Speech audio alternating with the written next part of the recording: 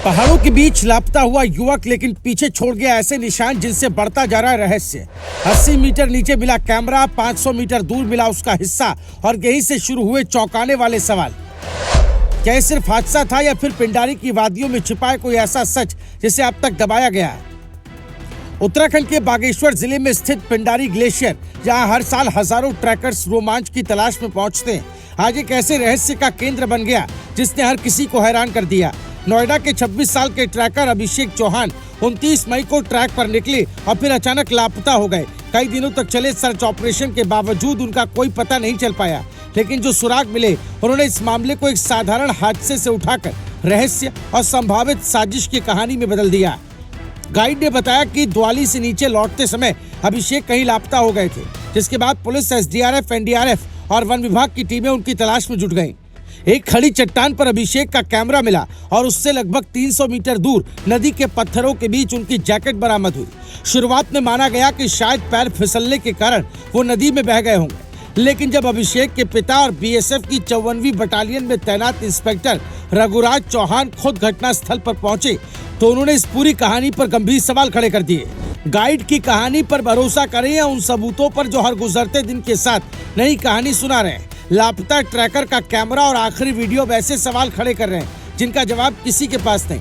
पिता ने जब खोले 17 सवालों वाले राज, तो हादसे की थ्योरी पर ही खड़े हो गए बड़े सवाल। आखिर हुआ क्या था? कपकोट थाने में पिता द्वारा दी गई अपनी लिखित तहरीर में दावा किया गया कि ये कोई सामान्य दुर्घटना नहीं लगती और इसके पीछे किसी आपराधिक साजिश की आशंका से इनकार नहीं किया जा सकता। उन्होंने पूरे 17 पॉइंट्स के आधार पर जांच की मांग की है। सबसे पहला सवाल गाइड की कहानी पर है। गाइड का कहना है कि अभिषेक ने उसे आगे जाकर मैगी बनाने को कहा था और वो उनसे आगे निकल गया था, लेकिन परिवार का कहना है कि कोई भी जिम्मेदार या पेशेवर गाइड इतने खतरनाक ट्रैक पर अपने पर्यटक को लगभग 2 किलोमीटर पीछे अकेला नहीं छोड़ सकता। दूसरा सवाल कैमरे को लेकर है। जिस जगह से गिरने की बात कही जा रही है वो लगभग 85 डिग्री की खड़ी चट्टान है। परिजनों का कहना है कि अगर कोई व्यक्ति वहां से गिरता है तो कैमरे का लगभग सही सलामत मिलना बेहद संदिग्ध है।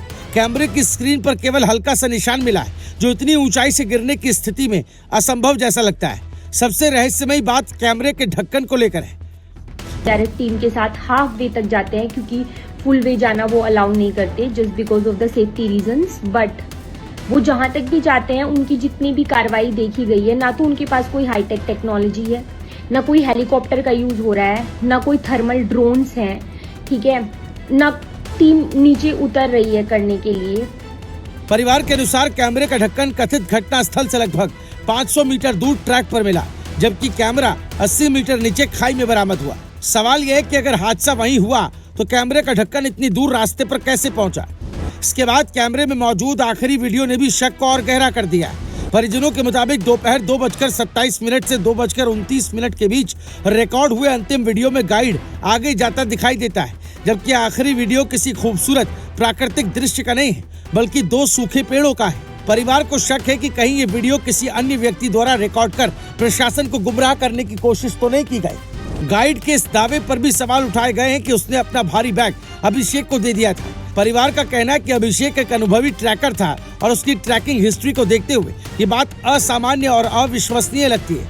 इसके अलावा परिजनों ने यह भी आरोप लगाया है कि 4 जून को जब कोई सरकारी रेस्क्यू टीम मलीधार क्षेत्र में नहीं गई थी, तब गाइड को अकेले उसी दिशा में जाते हुए देखा गया था। परिवार पूछ रहा है कि वो वहां क्यों गया था और आखिर क्या तलाश रहा था। साथ ही होमस्टे संचालक की भूमिका पर भी सवाल उठाए गए। फिलहाल पुलिस किसी निष्कर्ष पर नहीं पहुंची है। उसका कहना है कि परिजनों द्वारा उठाए गए हर बिंदु की गंभीरता से जांच की जा रही है और सर्च ऑपरेशन भी लगातार जारी है। हालांकि इस पूरे मामले में कुछ सवाल अब भी अनुत्तरित हैं। अगर अभिषेक नदी में बह गए तो उनका कोई और निशान क्यों नहीं मिला? अगर कैमरा खाई में गिरा तो वो लगभग सुरक्षित कैसे बच गया? अगर हादसा हुआ तो कैमरे का ढक्कन 500 मीटर दूर कैसे पहुंचा? और अगर ये सिर्फ हादसा नहीं है तो फिर उस दिन पिंडारी ग्लेशियर के रास्ते पर आखिर हुआ क्या था? गाइड है, सवाल ये उठता है कि क्या उस गाइड को किसी के भी कहने पे एक बंदे को अकेले छोड़ के आना चाहिए था? अगर वो उसके साथ अकेला था, क्यों बंदा 15 मिनट के डिफरेंस में आपको कहेगा कि मुझे मैगी खानी है, ठीक है आप जाके बनवाओ? और मैं ये जानना चाहती हूँ कि क्यों गाइड के साथ कोई इन्वेस्टिगेशन नहीं हो रही है? क्यों एनडीआरएफ टीम को उनकी जो टेक्नोलॉजी है उसके साथ नहीं बताया जा रहा है कि क्या चल रहा है वहां पे? और क्या नहीं चल रहा। मैं आपसे हाथ जोड़ के निवेदन करती हूँ, हमारा अकेला भाई है और हमारे लिए ये केस बहुत जरूरी है। मतलब हम इतने दिन से वहाँ पे बैठे हैं, हमें कुछ भी सबूत नहीं मिले हैं।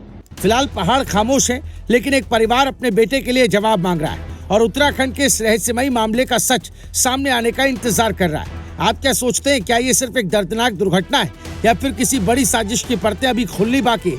अपनी राय कमेंट में जरूर बताइएगा। वीडियो को लाइक करें, ज्यादा से ज्यादा शेयर करें। उत्तराखंड की ऐसी ही बड़ी और एक्सक्लूसिव खबरों के लिए चैनल रायशुमारी को सब्सक्राइब करना ना भूलें।